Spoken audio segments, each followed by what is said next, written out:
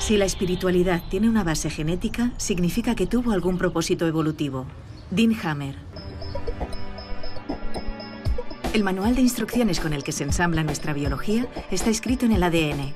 Pero, ¿es posible que los genes, además de regular el desarrollo de nuestro cuerpo, también influyan en nuestra personalidad?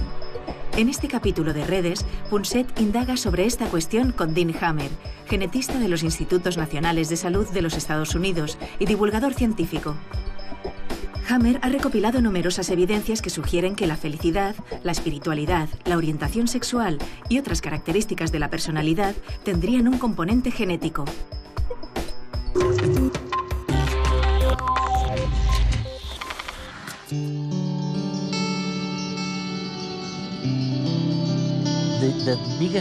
Sabes, mi mayor hallazgo, mi mayor descubrimiento fue mi perra. Sí. Me enseñó mucho. Me di cuenta de que siempre que le preparaba el bol de comida, saltaba como una loca de un lado a otro. Era totalmente feliz. Mientras que una vez que le dejaba el bol debajo de la mesa, a veces comía y a veces no. Así que le pregunté a mis amigos, como Kandel, el premio Nobel, en Colombia, en Colombia, le dije, deberías estudiar este fenómeno en las ratas y los primates para ver si lo que sucede con mi perra es realmente la norma general. Y resulta que la felicidad está en la sala de espera de la felicidad. Oye, y así fue. Así es. En mi laboratorio también estudiamos la felicidad, pero desde una óptica totalmente distinta. Analizamos los genes que regulan la personalidad. Uno de ellos se llama gen del receptor D4 de la dopamina y controla la dopamina que se libera en el núcleo accumbens del cerebro. Se descubrió de una forma muy interesante. Un científico como yo estaba realizando experimentos con ratas que llevaban electrodos implantados en el cerebro. Cuando las ratas se acercaban al borde de la jaula, recibían una descarga. Todas las ratas salían corriendo. Habían aprendido a salir corriendo hacia el centro de la jaula. Salvo una. Esa rata seguía dirigiéndose una y otra vez al borde de la jaula. ¿Qué estaba pasando? Descubrieron que el electrodo de la rata estaba localizado en el núcleo accumbens. El núcleo accumbens libera dopamina y si recibe una descarga es la experiencia más placentera del mundo. Resulta que si se les administra a las ratas una descarga en el núcleo accumbens, preferirán recibir la descarga a beber, a aparearse o a comer. Lo preferirán a cualquier cosa. Fantástico. Descubrimos en el laboratorio que este gen D4 que libera dopamina está relacionado con el nivel de felicidad de las personas a lo largo de su vida. Es casi como un termostato que determina de media lo feliz que es alguien. Eso sí, para un momento concreto. ¿Qué decide lo felices que somos? Pues si el bol de comida está allá abajo o si nos lo acabamos de comer, sí. Desde los albores de nuestra especie, la espiritualidad nos ha ayudado a ver la vida con optimismo y a ser más felices a pesar de las adversidades. Que la pareja te deje, que tu empresa haga suspensión de pagos o que se te muera el perro son cosas que crean infelicidad y que son ajenas a nuestra genética. Pero el saber encajar estos chascos sí que puede estar relacionado con nuestro ADN. A lo largo de la evolución de la humanidad, creer en deidades, en fuerzas sobrenaturales o en otras vidas nos puede haber ayudado a seguir adelante, a luchar contra los elementos y a procrear, pese a nuestro inevitable destino, la muerte. Dean Hammer sostiene que la espiritualidad tiene un componente genético. Al margen de los credos religiosos, este concepto de espiritualidad contempla no solo la devoción por un Dios, sino también otras cuestiones como el sentimiento de conexión con la naturaleza, con el universo o el misticismo. La hipótesis de Hammer sugiere que existen genes que nos predisponen a ser más espirituales. Para estudiarlo, utilizó unos cuestionarios de personalidad que realizaron unas 1000 personas y que cuantificaban su espiritualidad. Esta muestra estaba compuesta por gemelos idénticos, mellizos y hermanos sin más. Luego, tras realizar estudios moleculares, el investigador encontró un vínculo entre esa medida de la espiritualidad y un gen. Se trata del VMAT2. Una secuencia con las instrucciones de una proteína relacionada con el tráfico en el cerebro de moléculas como la dopamina y la serotonina, moléculas ligadas a sentimientos como el placer, la motivación o la ansiedad, entre otros. El hecho es que quienes poseían una versión determinada de ese gen daban resultados mayores en los test de espiritualidad que los que tenían otra versión, digamos, no tan espiritual. Hammer sugiere que este gen podría predisponer a las personas a la espiritualidad, pero también aclara que es posible que no sea el único. Además, a esta posible contribución genética hay que añadir otros factores como el entorno familiar y social, el desarrollo embrionario y otras variables que modelarían nuestras creencias. En cualquier caso, si la espiritualidad es algo debido en parte a la genética, sería asimismo hereditario. Un carácter que, según la hipótesis de Hammer, contribuiría a afrontar la vida con un mayor optimismo ante las adversidades y que podría haber dado un mayor éxito evolutivo a nuestra especie.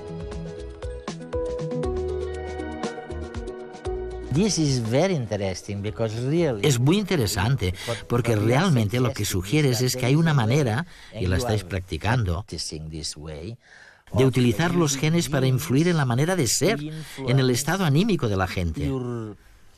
¿Sí o no? Sí. Y al parecer habéis llevado a cabo algunos estudios, no tanto sobre la felicidad, sino sobre la ansiedad, utilizando lo mismo que se utiliza con el Prozac, por ejemplo. ¿Utilizáis, pues, Sí. los genes Sí. para influir en la conducta? ¿Los genes para cambiar a la gente? Bueno, utilizamos genes para estudiar la conducta. Te acabo de contar la historia del gen que influye en la felicidad, pero hemos descubierto otro que tiene que ver con la ansiedad, la depresión y todos los sentimientos negativos.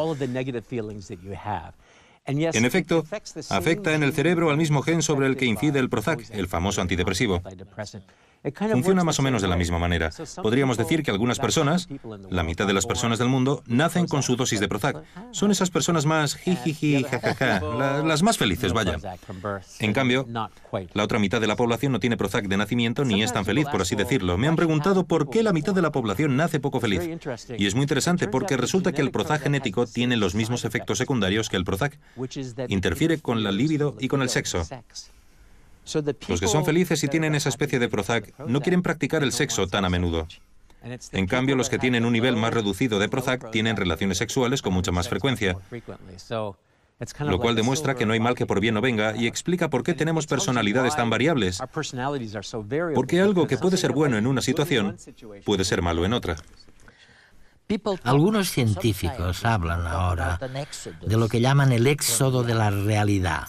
Dicen que la realidad es aburrida. Y hay personas que intentan escapar, que buscan nuevas maneras de estar en contacto con los demás, más allá de las necesidades fisiológicas básicas. ¿Qué opinas de este éxodo? No he oído hablar sobre eso. Sinceramente, no demasiado. Eso sí, a la hora de plantearse la ciencia en la sociedad, lo que realmente hace falta es una manera de convertir la ciencia en una historia que la gente pueda entender. La gente no quiere oír hablar tanto sobre hechos y cifras.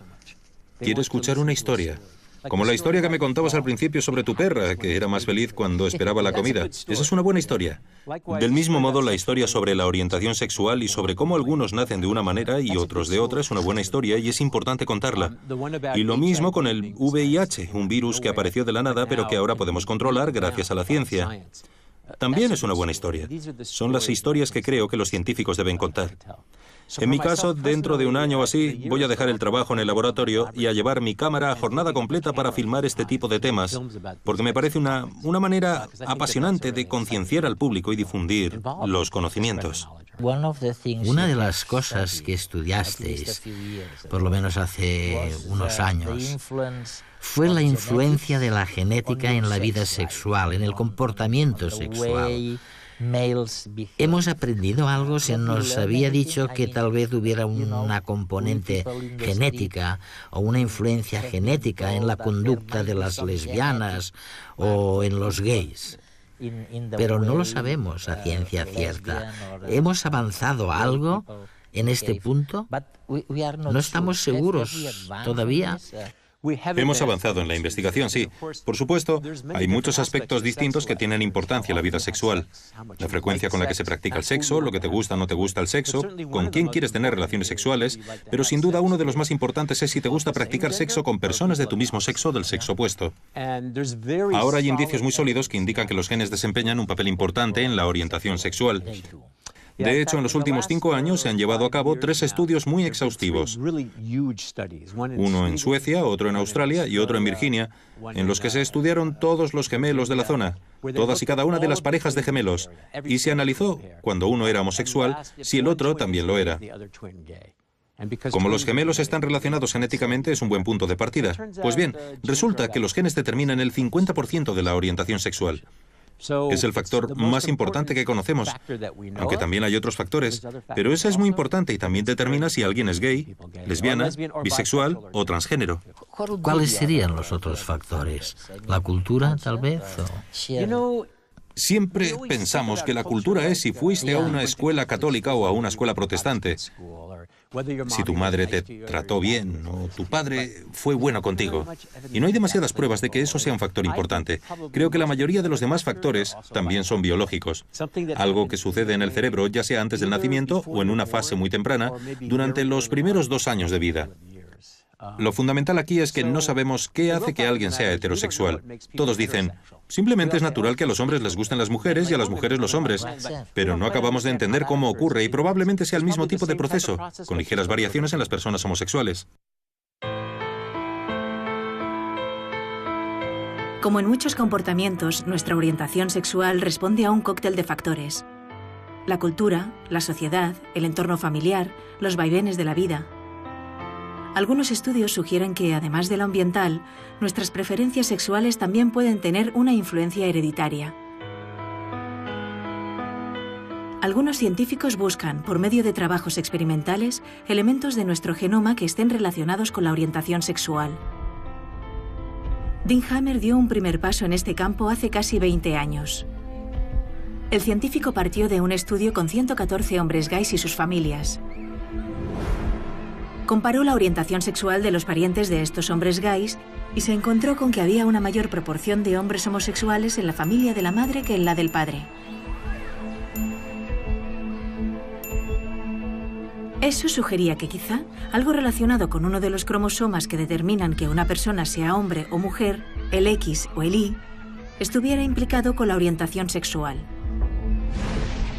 Mediante análisis genéticos, Hammer y su equipo encontraron un vínculo entre una región del cromosoma X y la homosexualidad.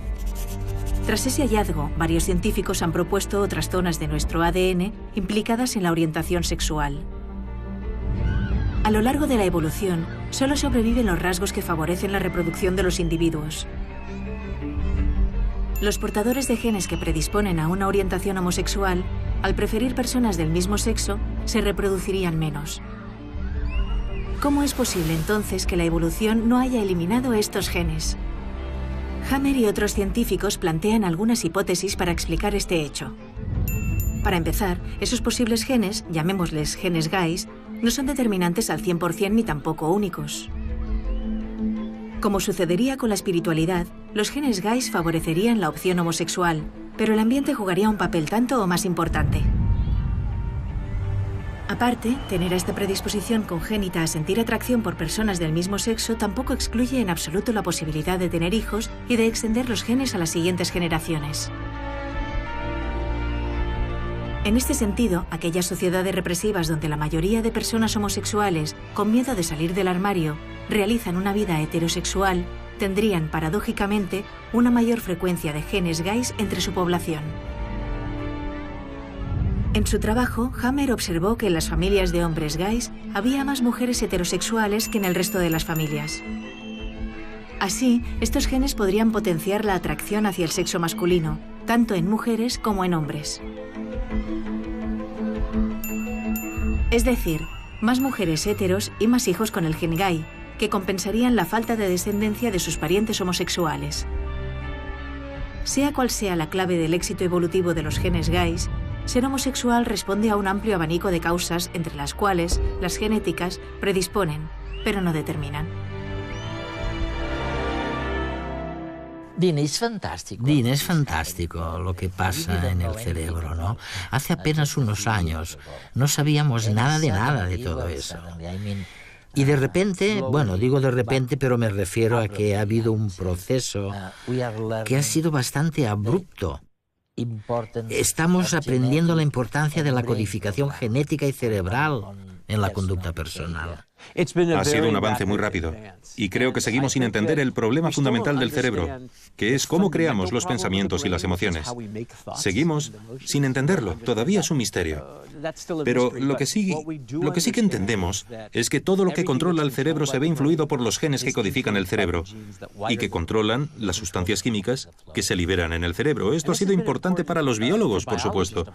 Creo que también es importante para la sociedad, porque a menudo se atribuyen cierto tipo de conductas a enfermedades sociales o al entorno o a una creencia religiosa. Y hay que entender que no es así, que forma parte de la naturaleza humana, forma parte de lo que nos hace personas. Es muy importante.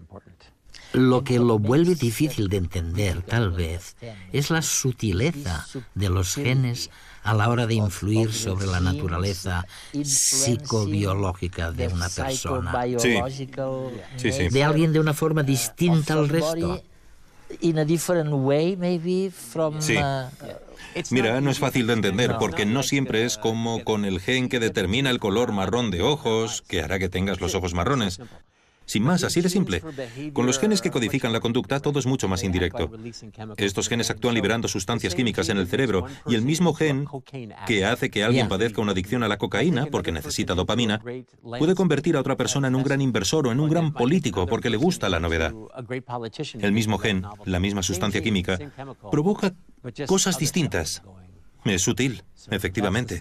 Sabes, una de las cosas que he descubierto recientemente, hace muchos años, unos 10 años, que se sabe que hay una especie de mutación en el embrión, una descarga de testosterona, que al parecer hace que el dedo anular sea más largo en los hombres que este dedo de aquí, el índice, ¿no? Sí. Eso ya lo conoces. Y con las mujeres es justamente al revés. Pues ahora resulta que algunos científicos amigos míos han llevado a cabo experimentos y me han contado que los que tienen este dedo más largo, ya sabes, como prueba de la descarga de testosterona, pues son más intrépidos, corren más riesgos y ganan más dinero, 10 veces más dinero que el resto de los mortales. Son operadores bursátiles magníficos. Ahora mismo todos los telespectadores están intentando estirar el dedo a ver si logran ganar más dinero. ¿Es cierto o falso? Creo que es muy posible que sea cierto, porque se trata básicamente de un marcador de sucesos hormonales que suceden en una fase muy temprana. Y no hay duda de que muchas de las cosas que ocurren cuando todavía estamos en el útero son tan importantes como las de después. Pero de nuevo lo importante es que la gente entienda que se trata de diferencias biológicas que no vuelven a alguien mejor o peor, sino que simplemente hacen que una persona sea un poco distinta a otra. Exacto. En Estados Unidos el tema de la orientación sexual es muy importante porque allí sigue habiendo un gran debate sobre la homosexualidad. Bueno, sobre si es aceptable o no. Por eso el matrimonio entre homosexuales está permitido solamente en algunos estados y no en otros. La Iglesia presiona mucho y hay mucho debate político. Es verdaderamente crucial que la gente entienda lo que nos dice la ciencia porque afecta a la forma en la que las personas se plantean los derechos humanos básicos. No debería ser así, pero así es. Y se trata de un caso en el que el conocimiento científico realmente incide no solamente en los científicos o los homosexuales, sino en toda la sociedad que los rodea. Para algunos científicos existe un colectivo muy interesante con el que llevar a cabo determinadas investigaciones: los gemelos monocigóticos, hermanos que desde un punto de vista genético son idénticos. Estos proceden de un óvulo que, tras la fecundación, se dividió en 2 células separadas con la misma información genética y que daría lugar a 2 individuos iguales, 2 clones. Los gemelos monocigóticos pueden aportar pistas para conocer qué aspectos de la biología y la psicología de las personas se deben a la herencia y cuáles responden a las circunstancias de la vida y del ambiente. Dentro de este grupo son especialmente interesantes aquellos que, por los motivos que sean, fueron separados de pequeños y crecieron en entornos distintos. Los científicos asumen que buena parte de las diferencias entre estos hermanos se debe al modelado ejercido por el entorno familiar, social y ambiental, puesto que la componente hereditaria es la misma para cada pareja. Los estudios de Dean Hammer sobre la espiritualidad y la orientación sexual se basan en gemelos monocigóticos, aunque no exclusivamente, ya que estos presentan un problema, escasean, y más los que crecieron separados. Por ello, los científicos también recurren a hermanos no tan idénticos, a los gemelos dicigóticos, más conocidos como mellizos, y a los hermanos sin más. Ambos casos proceden de dos óvulos distintos, fecundados cada uno por un espermatozoide distinto. Las parejas de gemelos dicigóticos y de hermanos de distintos partos conservan muchos rasgos en común, pero no todos. A diferencia de los gemelos idénticos, los mellizos muestran diferencias no solo en sus genes, sino también en sus cromosomas. De aquí que dos hermanos mellizos puedan ser de distinto sexo, niño y niña. Los mellizos y los hermanos convencionales abundan, sí, pero a la vez muestran mayores diferencias en su ADN. Al investigar con estos, los científicos deben encontrar aquellas diferencias genéticas que, si pasaran por alto, podrían sesgar los resultados de sus estudios. ¿Cuál es el futuro entonces? Recuerdo una de tus películas. Bueno, era más bien un vídeo breve. En realidad, el vídeo versaba sobre dos chicas lesbianas que estaban diseñando al niño que querían tener, el color de sus ojos, la altura, todo. Era maravilloso. Pero, oye, ¿dónde estamos con relación a ese proyecto? ¿Vamos en esa dirección? El vídeo pertenecía al género de ficción porque evidentemente es pura ficción. Creo que tal vez en el futuro se puedan diseñar ciertos aspectos de la conducta humana y ciertos aspectos de la apariencia física. Pero no creo que sea eso lo que realmente cambie al ser humano en el futuro. Me parece que será limitado. Y creo que cambiar los genes tendrá menos repercusiones de las que podríamos esperar. Además, creo que constataremos que los efectos de la cultura son enormes y que son esos los efectos que como seres humanos podemos controlar. Por ejemplo, que la gente acepte o no acepte a los gays y las lesbianas tendrá una repercusión inmensa sobre millones y millones de personas de todo el mundo que ya no crecerán en lugares donde los torturen ni sufrirán humillaciones en las escuelas u otros entornos. Este tipo de cambios prevalecerá sobre los cambios menores que podamos realizar genéticamente. Dicho esto, creo que la ingeniería genética sí que tendrá un papel fundamental en los casos en los que haya realmente una enfermedad clara.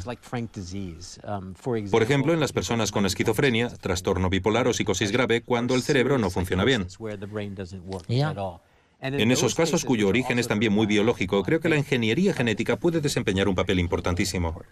Sabes, pensando en el futuro mientras hablabas, se me ha ocurrido que probablemente uno de los retos será utilizar menos fármacos y recurrir a otro tipo de intervenciones más anímicas. O más, no sé, hacer un seguimiento de los genes y de cómo repercuten sobre el carácter y también analizar las consecuencias de la soledad. Ahora mismo no hacemos nada al respecto. Nos limitamos a administrar fármacos. Quizá algún día podamos saber algo sobre los genes que provocan que algunos hombres o mujeres sean solitarios, que estén solos todo el rato. Claramente la interacción con otras personas es para lo que hemos evolucionado. El cerebro ha evolucionado para tener relaciones sexuales y para interactuar con otros seres humanos. Probablemente se trate de los principales motores que nos impulsan. Y es obvio que intentar arreglarlo todo con fármacos no es la solución. Hay que construir sociedades y situaciones en las que las personas se sientan cómodas unas con otras. Eso es lo importante.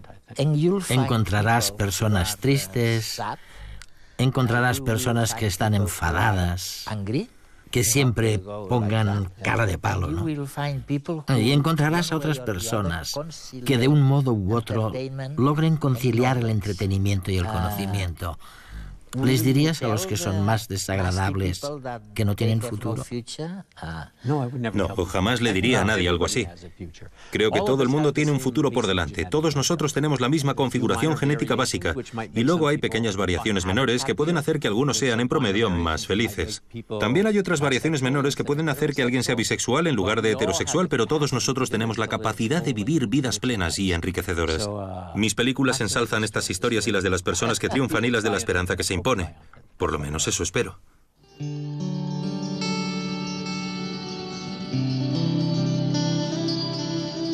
Durante décadas hemos asistido al debate sobre qué pesaba más en la balanza de la naturaleza humana, si lo innato o bien lo adquirido. En términos biológicos y dejando de lado algunas excepciones, ahora sabemos que somos el producto de un diálogo constante entre la genética y el entorno. Sin embargo, todavía es un misterio cómo surgen los pensamientos y las emociones. Lo que es indudable es que los genes que controlan las sustancias químicas que se liberan en el cerebro ejercen una influencia sutil, pero influencia al fin y al cabo en esos pensamientos y en esas emociones. Por ello, al investigar sobre la felicidad, la depresión o la sexualidad desde el punto de vista genético, Dean Hammer está descubriendo el abecedario con el que se escribe el libro de nuestras vidas. Naturalmente, el abecedario no es el todo. También hace falta una gramática y una ortografía, y allí es donde entra en juego el entorno y la cultura. Pero, ¿quién podría escribir un libro sin contar con el abecedario?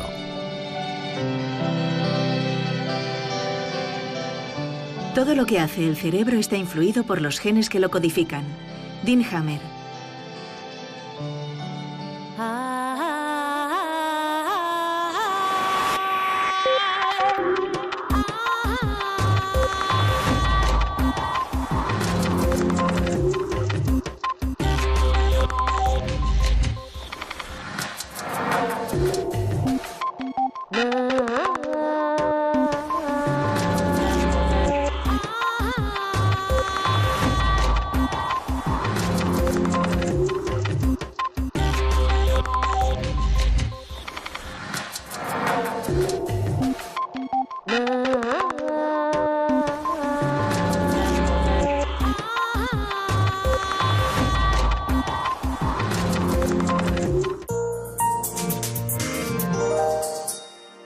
Encontrarás a otras personas que de un modo u otro logren conciliar el entretenimiento y el conocimiento. ¿Les dirías a los que son más desagradables que no tienen futuro? No, jamás le diría a nadie algo así. Creo que todo el mundo tiene un futuro por delante. Todos nosotros tenemos la misma configuración genética básica. Y luego hay pequeñas variaciones menores que pueden hacer que algunos sean en promedio más felices. También hay otras variaciones menores que pueden hacer que alguien sea bisexual en lugar de heterosexual, pero todos nosotros tenemos la capacidad de vivir vidas plenas y enriquecedoras. Mis películas ensalzan estas historias y las de las personas que triunfan y las de la esperanza que se impone. Por lo menos eso espero.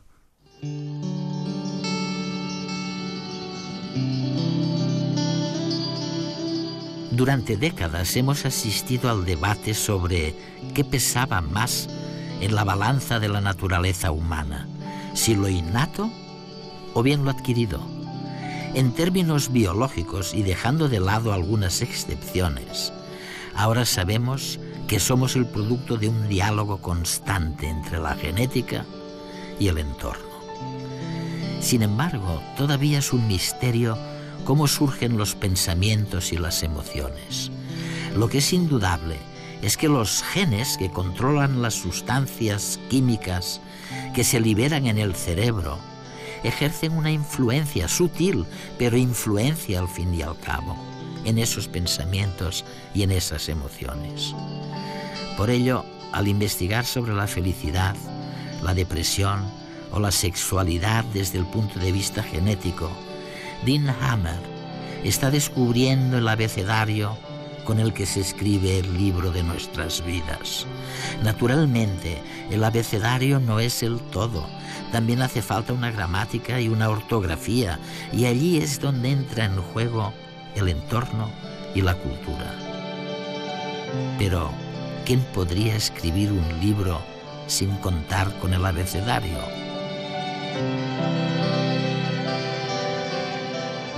Todo lo que hace el cerebro está influido por los genes que lo codifican. Dean Hammer.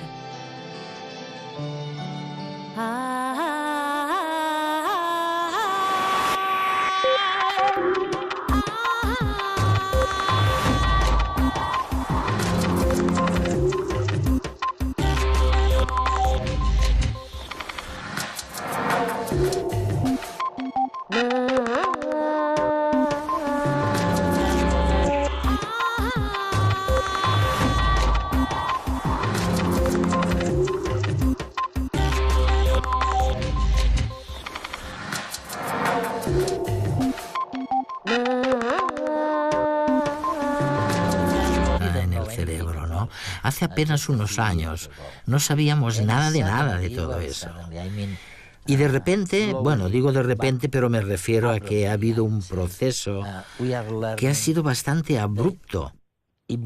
Estamos aprendiendo la importancia de la codificación genética y cerebral en la conducta personal. Ha sido un avance muy rápido y creo que seguimos sin entender el problema fundamental del cerebro, que es cómo creamos los pensamientos y las emociones.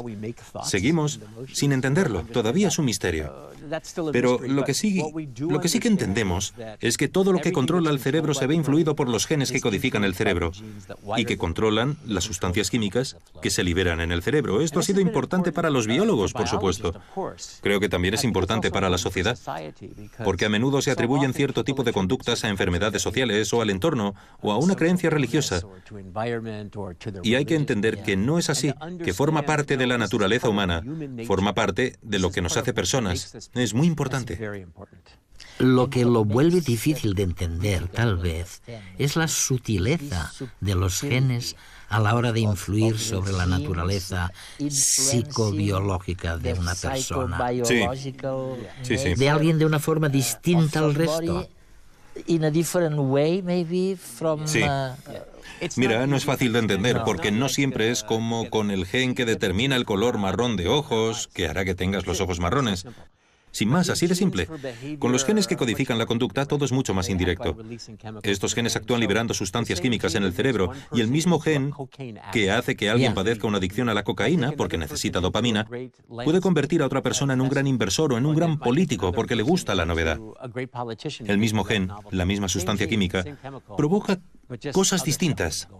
Es sutil, efectivamente. Sabes, una de las cosas que he descubierto recientemente, hace muchos años, unos 10 años, que se sabe que hay una especie de mutación en el embrión, una descarga de testosterona, que al parecer hace que el dedo anular sea más largo en los hombres que este dedo de aquí, el índice, ¿no? Sí. Eso ya lo conoces. Y con las mujeres es justamente al revés. Pues ahora resulta que algunos científicos amigos míos han llevado a cabo experimentos y me han contado que los que tienen este dedo más largo, ya sabes, como prueba de la descarga de testosterona, pues son más intrépidos, corren más riesgos y ganan más dinero, 10 veces más dinero que el resto de los mortales. Son operadores bursátiles magníficos. No sobreviven los rasgos que favorecen la reproducción de los individuos. Los portadores de genes que predisponen a una orientación homosexual, al preferir personas del mismo sexo, se reproducirían menos.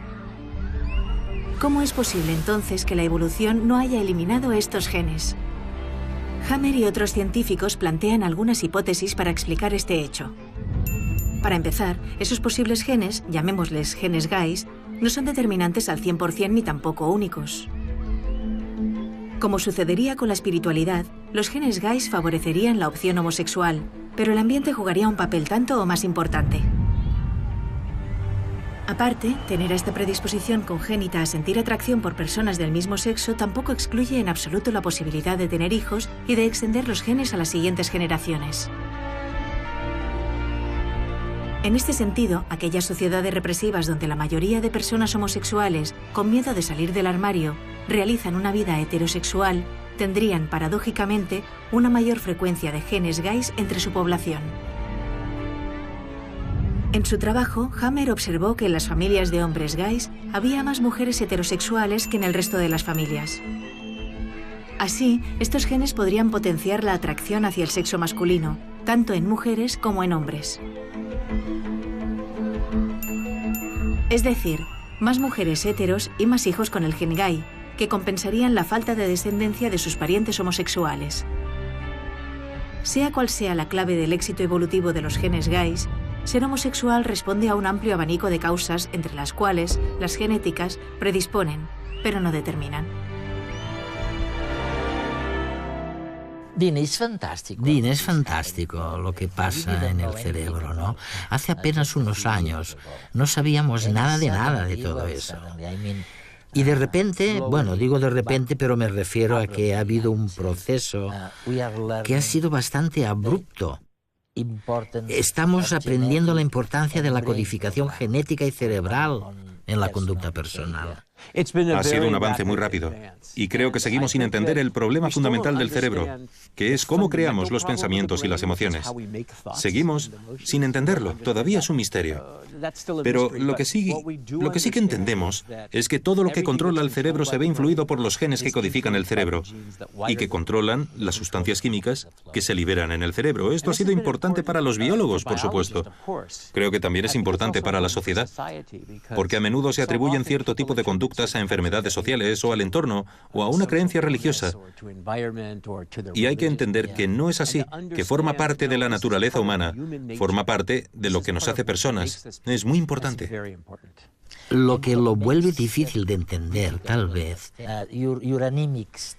Y al parecer habéis llevado a cabo algunos estudios, no tanto sobre la felicidad, sino sobre la ansiedad, utilizando lo mismo que se utiliza con el Prozac, por ejemplo. ¿Utilizáis, pues, los genes para influir en la conducta? ¿Los genes para cambiar a la gente? Bueno, utilizamos genes para estudiar la conducta. Te acabo de contar la historia del gen que influye en la felicidad, pero hemos descubierto otro que tiene que ver con la ansiedad, la depresión y todos los sentimientos negativos. En efecto, afecta en el cerebro al mismo gen sobre el que incide el Prozac, el famoso antidepresivo. Funciona más o menos de la misma manera. Podríamos decir que algunas personas, la mitad de las personas del mundo, nacen con su dosis de Prozac. Son esas personas más jijiji, jajaja, las más felices, vaya. En cambio, la otra mitad de la población no tiene Prozac de nacimiento ni es tan feliz, por así decirlo. Me han preguntado por qué la mitad de la población nace poco feliz. Y es muy interesante porque resulta que el Prozac genético tiene los mismos efectos secundarios que el Prozac. Interfiere con la libido y con el sexo. Los que son felices y tienen esa especie de Prozac no quieren practicar el sexo tan a menudo. En cambio, los que tienen un nivel más reducido de Prozac tienen relaciones sexuales con mucha más frecuencia, lo cual demuestra que no hay mal que por bien no venga y explica por qué tenemos personalidades tan variables. Porque algo que puede ser bueno en una situación puede ser malo en otra. Algunos científicos hablan ahora de lo que llaman el éxodo de la realidad. Dicen que la realidad es aburrida. Y hay personas que intentan escapar, que buscan nuevas maneras de estar en contacto con los demás, más allá de las necesidades fisiológicas básicas. ¿Qué opinas de este éxodo? No he oído hablar sobre eso. Sinceramente, no demasiado. Eso sí, a la hora de plantearse la ciencia en la sociedad, lo que realmente hace falta es una manera de convertir la ciencia en una historia que la gente pueda entender. La gente no quiere oír hablar tanto sobre hechos y cifras. Quiere escuchar una historia. Como la historia que me contabas al principio sobre tu perra, que era más feliz cuando esperaba la comida. Esa es una buena historia. Del mismo modo, la historia sobre la orientación sexual y sobre cómo algunos nacen de una manera y otros de otra es una buena historia y es importante contarla. Y lo mismo con el VIH, un virus que apareció de la nada pero que ahora podemos controlar gracias a la ciencia. También es una buena historia. Son las historias que creo que los científicos deben contar. En mi caso, dentro de un año o así, voy a dejar el trabajo en el laboratorio y a llevar mi cámara a jornada completa para filmar este tipo de temas, porque me parece una manera apasionante de concienciar al público y difundir los conocimientos. Una de las cosas que estudiasteis, por lo menos hace unos años... Como en muchos comportamientos, nuestra orientación sexual responde a un cóctel de factores. La cultura, la sociedad, el entorno familiar, los vaivenes de la vida. Algunos estudios sugieren que, además de lo ambiental, nuestras preferencias sexuales también pueden tener una influencia hereditaria. Algunos científicos buscan, por medio de trabajos experimentales, elementos de nuestro genoma que estén relacionados con la orientación sexual. Dean Hammer dio un primer paso en este campo hace casi 20 años. El científico partió de un estudio con 114 hombres gays y sus familias.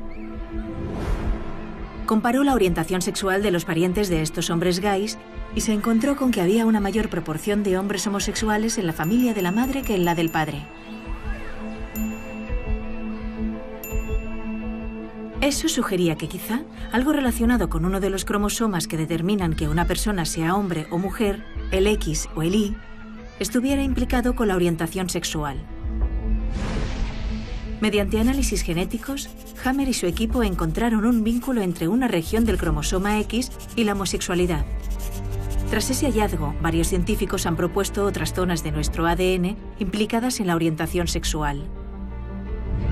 A lo largo de la evolución, solo sobreviven los rasgos que favorecen la reproducción de los individuos. Los portadores de genes que predisponen a una orientación homosexual, al preferir personas del mismo sexo, se reproducirían menos. ¿Cómo es posible entonces que la evolución no haya eliminado estos genes?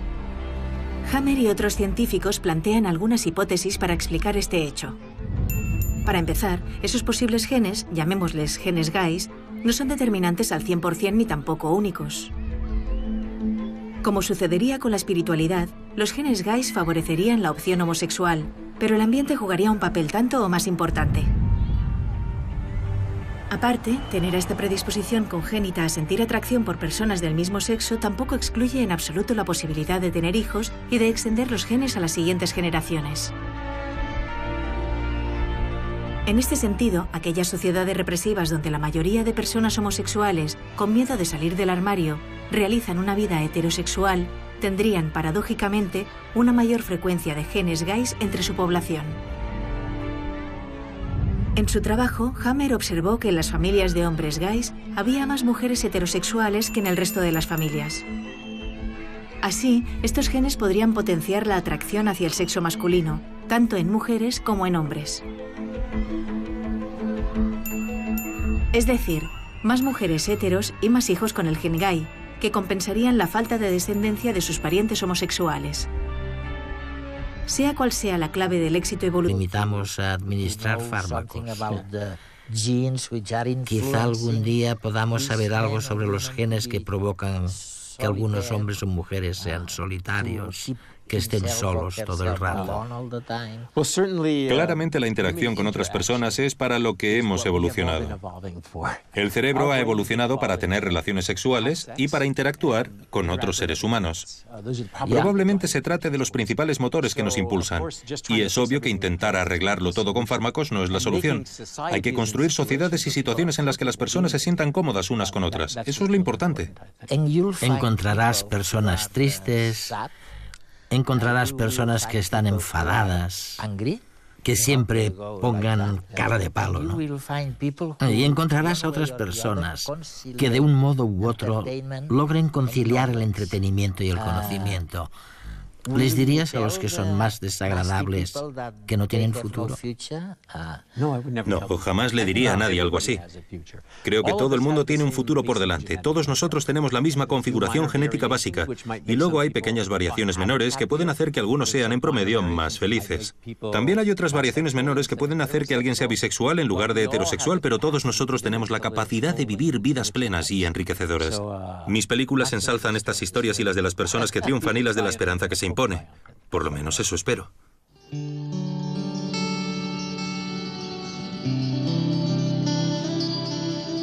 Durante décadas hemos asistido al debate sobre qué pesaba más, en la balanza de la naturaleza humana, si lo innato o bien lo adquirido. En términos biológicos, y dejando de lado algunas excepciones, ahora sabemos que somos el producto de un diálogo constante entre la genética y el entorno. Sin embargo, todavía es un misterio cómo surgen los pensamientos y las emociones. Lo que es indudable es que los genes que controlan las sustancias químicas que se liberan en el cerebro ejercen una influencia sutil, pero influencia al fin y al cabo en esos pensamientos y en esas emociones. Por ello, al investigar sobre la felicidad, la depresión o la sexualidad desde el punto de vista genético, Dean Hammer está descubriendo el abecedario con el que se escribe el libro de nuestras vidas. Naturalmente, el abecedario no es el todo. También hace falta una gramática y una ortografía, y allí es donde entra en juego el entorno y la cultura. Pero, ¿quién podría escribir un libro sin contar con el abecedario? Y a llevar mi cámara a jornada completa para filmar este tipo de temas, porque me parece una manera apasionante de concienciar al público y difundir los conocimientos. Una de las cosas que estudiasteis, por lo menos hace unos años, fue la influencia de la genética en la vida sexual, en el comportamiento sexual. ¿Hemos aprendido algo? Se nos había dicho que tal vez hubiera una componente genética o una influencia genética en la conducta de las lesbianas o en los gays. Pero no lo sabemos a ciencia cierta. ¿Hemos avanzado algo en este punto? No estamos seguros todavía. Hemos avanzado en la investigación, sí. Por supuesto, hay muchos aspectos distintos que tienen importancia en la vida sexual.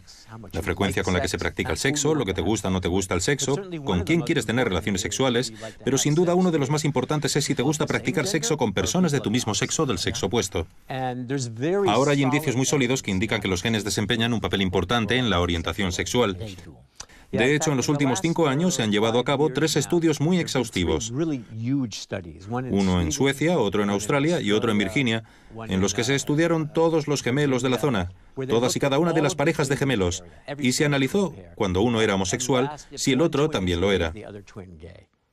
Como los gemelos están relacionados genéticamente, es un buen punto de partida. Pues bien, resulta que los genes determinan el 50% de la orientación sexual.